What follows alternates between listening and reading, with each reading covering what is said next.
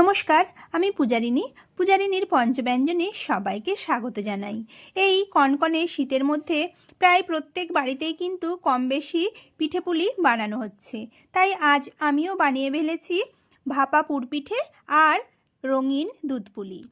বাজারে এখন এত কালারিং শাকসবজি পাওয়া যাচ্ছে, আমি আর লোভ সামলাতে পারলাম না। তাই আমি রঙিন দুধপুলি পিঠে বানিয়ে ফেলেছি। সেটা বানানোর জন্য প্রথমেই এখানে আমি নিয়ে নিয়েছি কোরানো নারকেল।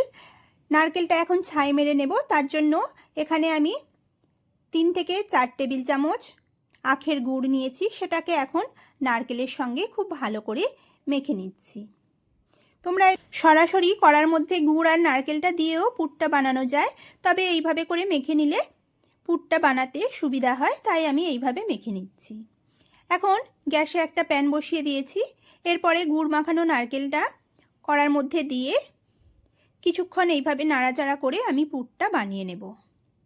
গ্যাসের ফ্লেমটা প্রথমে হাই রেখেছি, তারপরে গ্যাসের ফ্লেমটা আমি লো করে দিয়ে পুরটা বানিয়ে নিচ্ছি। তোমরা যারা বেশি মিষ্টি খেতে পছন্দ করো তারা কিন্তু গুড় বা চিনি যাই হোক আরও কিছুটা দিতে পারো। দেখো এইভাবে করে কিছুক্ষণ নাড়াচাড়া করে যখন গুড়টা বেশ হালকা একটু চিটচিট ভাব আসবে তখন আমি গ্যাসের ফ্লেমটা অফ করে পুরটা নামিয়ে নেব। নারকেলের পুরটা আমার বানানো হয়ে গেছে। এখন এটাকে আমি তুলে নিচ্ছি। অন্যদিকে আরেকটি কড়া আমি বসিয়ে দিয়েছি গ্যাসের মধ্যে।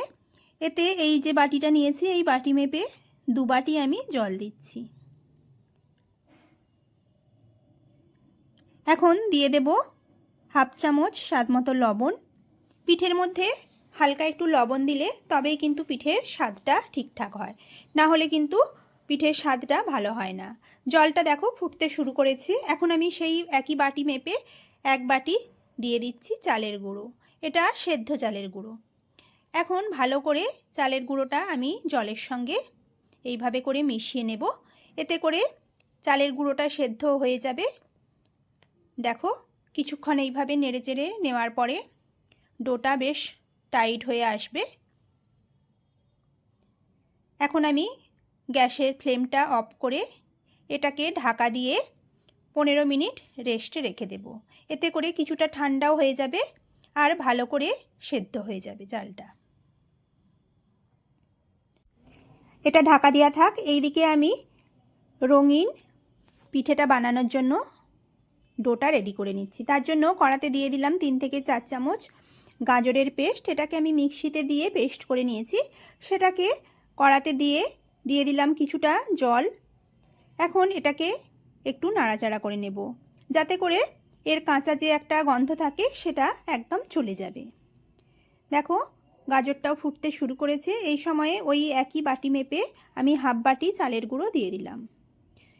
এখন ওই একইভাবে আমি কিছুক্ষণ একটু নাড়াচাড়া করে এই কালারিং ডোটা বানিয়ে নেব।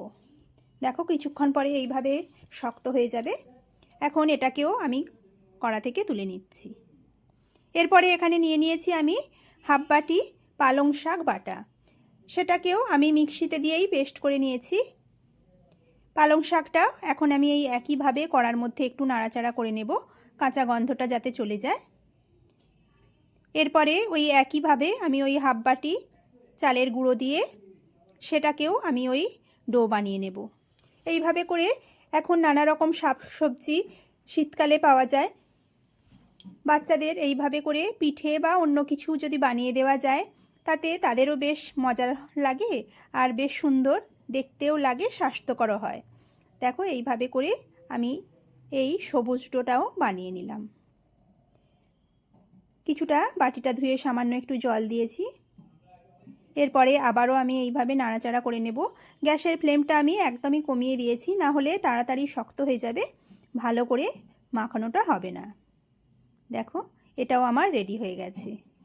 এখন আমি গ্যাসে দুধ গরম করতে বসিয়ে দিয়েছি দুধ পুলি বানানোর জন্য। দুধটা বেশ কিছুক্ষণ একটু ফুটিয়ে নেব, তবে খুব ঘন করব না, মোটামুটি 5 মিনিট একটু ফুটিয়ে নেব। এখন আমি যে সাদা ডোটা বানিয়েছিলাম সেটা এখন ভালো করে একটু মেখে নেব। হালকা ঠান্ডা হয়ে গেছে, মোটামুটি হাত দেওয়ার মতো ঠান্ডা করে নিয়ে ভালো করে এটাকে ঠেসে নিতে হবে। ডোটাকে এইভাবে করে কিছুক্ষণ মেখে নেওয়ার পরে এখন এটাকে ঢাকা দিয়ে আমি রেখে দিচ্ছি। এরপরে নিয়ে নিয়েছি আরেকটি প্লেট, এতে নিয়ে নিলাম অরেঞ্জ কালারের ডোটা, সেটাকে এখন খুব ভালো করে এই একইভাবে মেখে নেব। ভালো করে এই ডোগুলো যত ভালো করে মাখানো হবে তত কিন্তু পিঠেগুলো ভালো নরম হবে।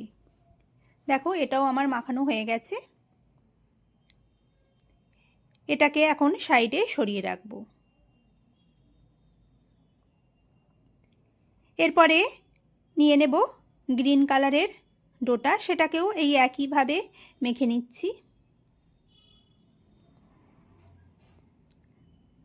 ডোগুলো কিন্তু গরম থাকতে থাকতেই মাখতে হবে, মোটামুটি হাত দেওয়া যায় এইরকম ঠান্ডা করে নিতে হবে। খুব বেশি ঠান্ডা হয়ে গেলে কিন্তু ভালো করে মাখা যাবে না। দেখো এখন এখান থেকে আমি অল্প অল্প করে ছোট ছোট করে লেচি কেটে এইভাবে করে বাটির মতো একটু বানিয়ে নেব। তারপরে মাঝখানে সামান্য অল্প করে পুর দিয়ে ভালো করে মুখটা মুড়ে দিতে হবে।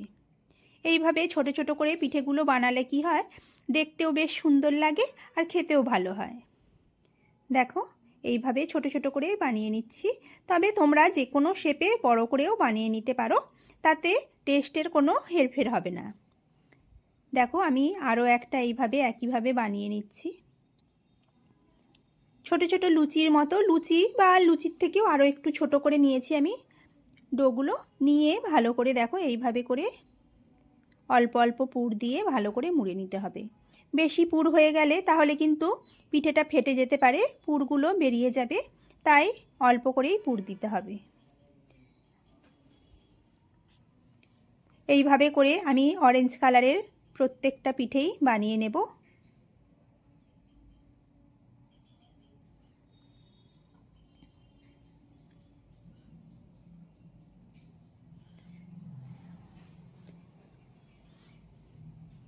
দেখো অরেঞ্জ কালারের সবগুলো পিঠে আমার বানানো হয়ে গেছে।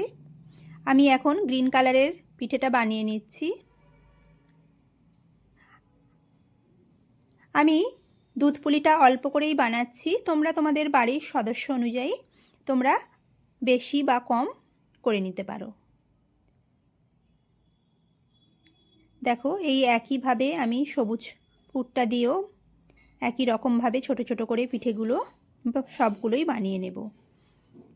যেহেতু সাদা ডোটা আমি বেশি করে মাখিয়েছি, তাই সেটা থেকে অল্প আমি এই দুধ পুলির জন্য বানাবো, আর বাকিটা আমি ভাপা পুর পিঠে বানাবো। দেখো সবগুলো রেডি হয়ে গেছে, দেখতেও কত সুন্দর লাগছে। এখন এটাকে সাইডে সরিয়ে রাখবো। রেখে সাদাটা আমি একইভাবে বানিয়ে নেব। ওই ছোট ছোট করেই লেচি কেটে একইভাবে আমি সাদা পিঠেগুলো বানিয়ে নিচ্ছি।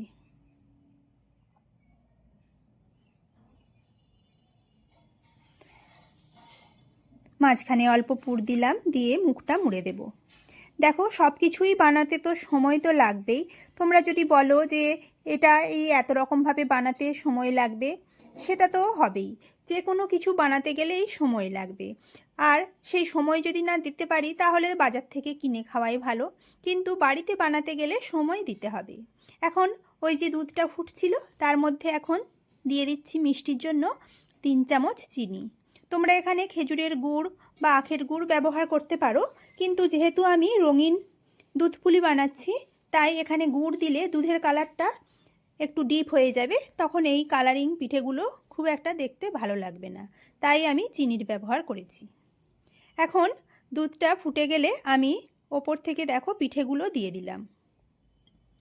গ্যাসের ফ্লেমটা এই পিঠেগুলো দেওয়ার সময় একটু কমিয়ে দেবে, না হলে পিঠেগুলো ভেঙে যেতে পারে। দেখো ওপর থেকে আমি সব পিঠেগুলো দিয়ে দিলাম, 3টে কালারের পিঠে আমি দিয়ে দিয়েছি। এখন হালকা করে একটু নাড়াচাড়া করে দেব। মিশিয়ে নেওয়ার পরে এখন গ্যাসের ফ্লেমটাকে একটু বাড়িয়ে দিয়েছি। দুধটা ফুটতে শুরু করেছে, খুব বেশি সময় লাগে না, মোটামুটি 10 মিনিট ফুটিয়ে নিলেই হবে। দেখো দুধ পুলিটা প্রায় একদম রেডি হয়ে এসেছে। এখন ফ্লেভারের জন্য ওপর থেকে দিয়ে দিলাম 2 থেকে 3টে এলাচ আমি গুঁড়ো করে নিয়েছি, সেটা দিয়ে দিয়েছি। এতে করে দুধ পুলির স্বাদটা কিন্তু খুব সুন্দর হয়। দেখো সেটাকেও ভালো করে একবার মিশিয়ে দিচ্ছি আমি পিঠের সঙ্গে। এই রঙিন দুধ পুলিগুলো দেখতে কত সুন্দর হয়েছে বন্ধুরা, আমার তো খুবই ভালো লাগছে। অন্যদিকে যেই সাদা ডোটা বেঁচেছিল সেটা থেকে আমি এইভাবে বড় বড় লেচি কেটে রেখেছিলাম। দেখো এইভাবে করেই একইভাবে আমি বড় বড় বাটির মতো বানিয়ে নিচ্ছি। দিয়ে বেশি করে একটু পুর দিয়ে আমি ওই একইভাবে মুড়ে হালকা একটু ডিজাইন করে দেব। দেখো খুবই সহজ, হালকা করে একটু ডিজাইন করে দিয়েছি। এইভাবে করে মুখগুলো বন্ধ করে দেব। যেহেতু আমি এটা পুর পিঠে বানাবো তাই একটু বড় বড় করে নিয়েছি, তোমরা চাইলে যে কোনোভাবে বানাতে পারো। দেখো এইভাবে বাটির মতো করে মাঝখানে একটু বেশি করে পুর দিয়ে মুখগুলো মুড়ে দিচ্ছি।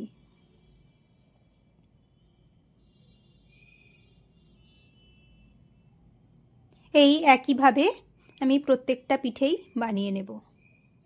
এখন অন্যদিকে আমি গ্যাসে একটা হাঁড়িতে জল গরম করতে বসিয়েছিলাম, তার উপরে এইভাবে ছিদ্রযুক্ত একটা থালা দিয়েছি, তার উপরে পিঠেগুলো আমি এইভাবে দিয়ে দিচ্ছি, সাজিয়ে দিচ্ছি সব পিঠেগুলো। এরপরে ঢাকা দিয়ে এটাকে আমি 10 মিনিট ভাপে রেখে দেব। 10 মিনিট পরে ঢাকনাটা খুলে পিঠেগুলো আমার ভাপানো হয়ে গেছে, সেটাকে এখন আমি একটা প্লেটে সাজিয়ে নিয়েছি। মাঝখানে দিয়েছি কিছুটা নলেন গুড় বা খেজুরের গুড়। পিঠেগুলোও কিন্তু শীতকালে এই ভাপা পুর পিঠে খেতে তো আমার খুবই ভালো লাগে। আর সামনেই আসছে পৌষ সংক্রান্তি, যত রকমের পিঠেই সবাই বানাক না কেন এই ভাপা পুর পিঠে কিন্তু পৌষ পার্বণে সবার বাড়িতেই, প্রায় প্রত্যেকের বাড়িতেই হয়ে থাকে। আর খেতে কিন্তু খুবই সুন্দর হয়। দেখো এইভাবে করে তোমরা কিন্তু গুড়ের মধ্যে ডুবিয়েও খেতে পারো, বা এমনি তো ভেতরে পুর আছে, মিষ্টি লাগবে। এখন দুধ পুলিগুলো আমি একটা প্লেটে ঢেলে নিচ্ছি।